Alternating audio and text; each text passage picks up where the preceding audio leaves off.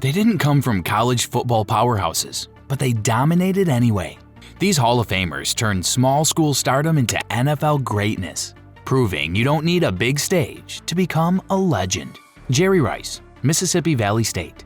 There's no debate. Jerry Rice is the greatest wide receiver in NFL history, but before he became a legend, he was just a kid from Crawford, Mississippi, catching passes at Mississippi Valley State, a tiny HBCU in the SWAC with virtually zero national exposure.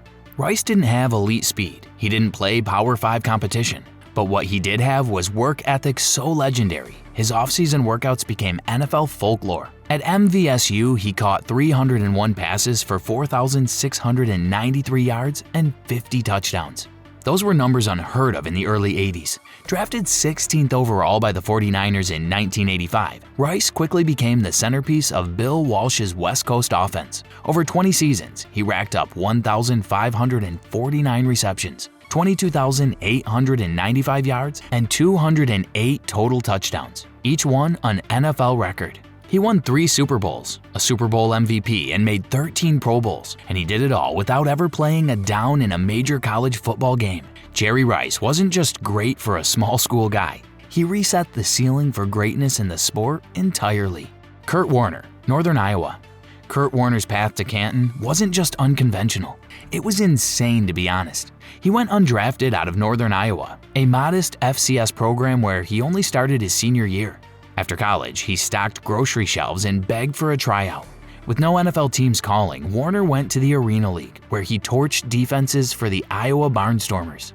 That led to a stint in NFL Europe. Eventually, the Rams gave him a shot as a backup. Then Trent Green got injured in 1999, and Warner stepped in and completely took over, not letting the opportunity go to waste. He threw for 4,300 yards and 41 touchdowns, led the Rams to a Super Bowl title, and won MVP. Then he followed that up 2 seasons later with another MVP award. Over his career, he passed for over 32,000 yards, made 2 more Super Bowls, including one with the Arizona Cardinals, and became the only undrafted QB in history to start multiple Super Bowls and win MVP honors. From stocking groceries to out-dueling Hall of Famers, Curt Warner went from total anonymity to being one of the most inspiring Hall of Fame cases the league has ever seen. Walter Payton, Jackson State. Walter Payton was the prototype for everything an NFL running back should be: tough, durable, elusive, and unrelenting. He came from Jackson State, a tiny HBCU tucked in Mississippi that didn't even get national broadcasts back then. At Jackson State, Payton was a human highlight reel, scoring 66 touchdowns and rushing for over 3,500 yards. But because he played in the SWAC, he got almost no Heisman buzz. The Bears saw enough, though, and took him 4th overall in 1975. Once in Chicago, sweetness put the entire league on notice. He rushed for 16,726 yards, an NFL record when he retired, and scored 125 total touchdowns. His running style was violent yet graceful. He wasn't just juking defenders, he was punishing them. He made 9 Pro Bowls, won MVP in 1977, and capped it all off with a Super Bowl ring in 1985. Beyond the numbers, Payton's work ethic was legendary. His hill sprints are still copied by athletes today. From a small HBCU to NFL immortality, Walter Payton didn't just represent Jackson State, he carried it all the way to Canton. Hit that subscribe button and help me keep dropping deep dives like this. Randy Moss, Marshall. Randy Moss might be the most unstoppable deep threat the NFL has ever seen, and he did it all after bouncing through multiple schools and rarely seeing the national spotlight. Originally set to play at Notre Dame and later Florida State, Moss was derailed by legal issues and NCAA red tape. He landed at Marshall University, which was still transitioning from the FCS to the FBS when he got there. Didn't matter. Moss torched everybody. In 1997 alone, he scored 26 touchdowns and averaged over 1,800 yards per catch. Even against tougher FBS defenses, he was a matchup nightmare. Still, NFL teams were hesitant. He dropped to the 21st pick in the '98 draft. The Vikings finally took a chance and got instant payback. Moss put up 1,313 yards and 17 touchdowns as a rookie. He went on to total 156 career touchdowns, second most all-time, and over 15,000 receiving yards. His 2007 season with the Patriots, 23 touchdowns in 16 games, remains untouched. Coming from a non-Power 5 program, Randy Moss didn't just prove the doubters wrong. He embarrassed them. Small school or not, he was a generational freak who dominated from day one. LaDainian Tomlinson, TCU. When LaDainian Tomlinson showed up at TCU in the late 90s, the program wasn't in the Big 12 yet. They were buried in the WAC, with barely any national profile. That didn't stop LT from putting up absurd numbers. In 1999, he led the entire nation with 1,850 rushing yards. Then he did it again in 2000 with 2,158 yards, including a 406-yard game against UTEP. Still one of the best single-game performances in college football history. The Chargers drafted him 5th overall in 2001, and he hit the ground running.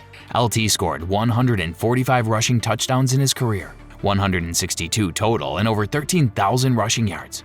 His 2006 season? Still jaw-dropping, 1,815 yards and 31 total touchdowns, earning him MVP and setting an NFL record. Tomlinson didn't just run around defenders. He ran through them, hurdled them, caught passes out of the backfield, and even threw a few touchdown passes himself. He was a Swiss Army knife in cleats. From an unheralded TCU program to one of the most dominant backs the game has ever seen, LT made sure nobody ever overlooked the small school guys again. Terrell Owens, UT Chattanooga. Terrell Owens didn't get flashy recruiting offers. He wasn't on national TV. He played at UT Chattanooga, an FCS program most fans probably haven't heard of, but Owens was different. He wasn't even the clear-cut star at Chattanooga until his junior year. He finished his college career with 144 receptions, over 2,300 yards and 19 touchdowns. Solid numbers, but nothing that screamed future Hall of Famer. He still caught the eye of the 49ers, who drafted him in the 3rd round in 1996. From there, Owens went full beast mode. He posted 9 1,000-yard seasons, 6 Pro Bowl nods, and ended his career with 15,934 yards and 153 touchdowns, both top 3 all-time when he retired. His blend of size, speed, and physicality made him a nightmare for defenses, and his touchdown celebrations? Legendary. Love him or hate him, you couldn't ignore him. T.O. went from an afterthought at a tiny FCS school to one of the most dominant and most controversial receivers in NFL history. You don't have to like the antics, but you have to respect the resume. Marshall Faulk, San Diego State. Marshall Faulk could have gone anywhere, but when most schools wanted him to play cornerback, he said no thanks and committed to San Diego State, a WAC school where he'd get the ball early and often. It turned out to be a great decision. In just his second college game, Faulk ran for 386 yards and 7 touchdowns. He finished his freshman year with 1,429 rushing yards and 21 touchdowns, and somehow didn't win the Heisman. He stayed at SDSU all 3 years, leaving with 5,562 total yards and 62 touchdowns. The Colts drafted him 2nd overall in 1994, and Faulk immediately became one of the league's most dangerous weapons. But it was his trade to the Rams in 1999 that unlocked the greatest show on turf. Faulk became the first player ever to rush for over 1,000 yards and catch over 1,000 yards in the same season. He won MVP in 2000 and totaled 136 career touchdowns, over 19,000 total yards, and 3 straight Offensive Player of the Year awards. From overlooked recruit to revolutionary offensive weapon, Faulk didn't just succeed, he redefined the running back position, and he did it after putting San Diego State on the map. Steve McNair, Alcorn State. Steve McNair was putting up unreal numbers at Alcorn State long before FCS football had any national footprint. While most quarterbacks were still handing off 30 times a game, McNair was lighting up defenses with speed bombs and broken tackles. In 1994, his senior year, he threw for 4,863 yards, rushed for 936 more, and scored 53 total touchdowns. He nearly won the Heisman from an FCS school. That had never happened before and hasn't happened since. The Oilers drafted him 3rd overall in 1995, and once he took the starting job full-time, he never looked back. McNair led the Titans to a Super Bowl appearance in 1999 and was named NFL co-MVP in 2003. He finished his career with over 31,000 passing yards, 174 passing touchdowns, and 3,500 rushing yards. But beyond stats, he was known for his toughness, playing through injuries that would sideline most QBs for weeks. McNair brought Alcorn State to the national stage and showed every small school quarterback that it can be done. He was equal parts cannon arm and iron will. Shannon Sharpe, Savannah State. Shannon Sharpe didn't just come from a small school. He came from a Division II program with barely enough scholarship money to keep the lights on.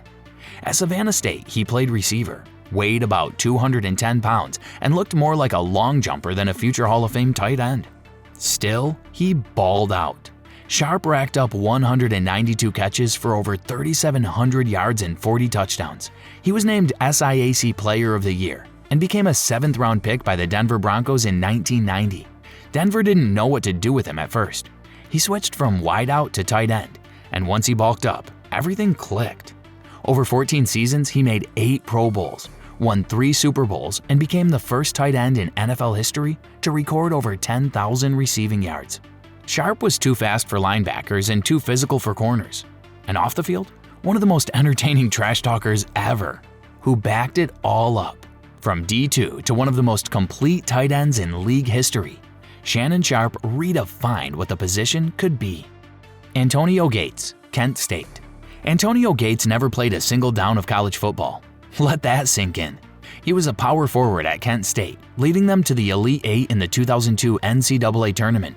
He had NFL-level footwork, soft hands, and freaky athleticism. But on a basketball court. After college, Gates worked out for a few NFL teams, and the Chargers gave him a chance. No draft, no training camp reps, just a shot. Gates caught 24 passes as a rookie, then exploded in year 2 for 13 touchdowns. Over his 16-year career, all with the Chargers, he made 8 Pro Bowls, was named All-Pro 5 times, and finished with 955 catches, 11,841 yards, and 116 touchdowns. The most by a tight end in NFL history until Travis Kelce started knocking on the door. His footwork and leaping ability, built on a basketball foundation, made him unstoppable in the red zone. Gates didn't just prove you could go from hoops to Hall of Fame. He proved that talent, wherever it starts, will find a way. Andre Reed, Kutztown University. Andre Reed came out of Kutztown University, a Division II school in Pennsylvania, best known for producing teachers, not all-pro wide receivers. Reed had 142 receptions in college, with his combination of speed and toughness catching the eye of the Buffalo Bills, who drafted him in the 4th round in 1985. That pick turned into one of the best values in franchise history. Reed played 15 seasons in the NFL, most of them with Buffalo, and became the go-to target for Hall of Fame QB Jim Kelly. He was the engine of the short passing game in the Bills' no-huddle offense that went to 4 straight Super Bowls. He finished with 951 receptions, 13,198 yards, and 87 touchdowns, and he holds the record for most career Super Bowl receptions with 27. Reed wasn't flashy, he wasn't loud, but he was always open, especially when it mattered. From a tiny Pennsylvania campus to the biggest stage in football, Andre Reed proved consistency and toughness can outlast any hype machine. Harold Carmichael, Southern University. At 6'8", Harold Carmichael looked more like a power forward than a wide receiver. And at Southern University, he actually was both, playing football and basketball for the Jaguars in the late 1960s. On the football field, he was a late bloomer but showed enough potential to turn heads. In his senior year, 1970, Carmichael caught 40 passes for 743 yards and 13 touchdowns, a huge number for the era, especially at an HBCU with limited passing. He also flashed versatility, occasionally lining up tight end and contributing on special teams. Despite the production, he wasn't a high draft pick. The Eagles took him in the 7th round in 1971. All he did after that was dominate. He led the NFL in receptions in 1973 and posted 9 straight seasons with at least 40 catches, which was elite in the run-heavy 70s. Carmichael retired with 590 catches, 8,985 yards, and 79 touchdowns. He made 4 Pro Bowls and helped lead the Eagles to Super Bowl 15. He didn't just tower over defenders, he outplayed them. And for a guy from a small HBCU who had to fight for reps, he left a massive footprint on the league. They didn't come from the biggest schools, but they left the biggest legacies. Like, subscribe, and comment below with your favorite small school legend. We've got more stories like these coming soon.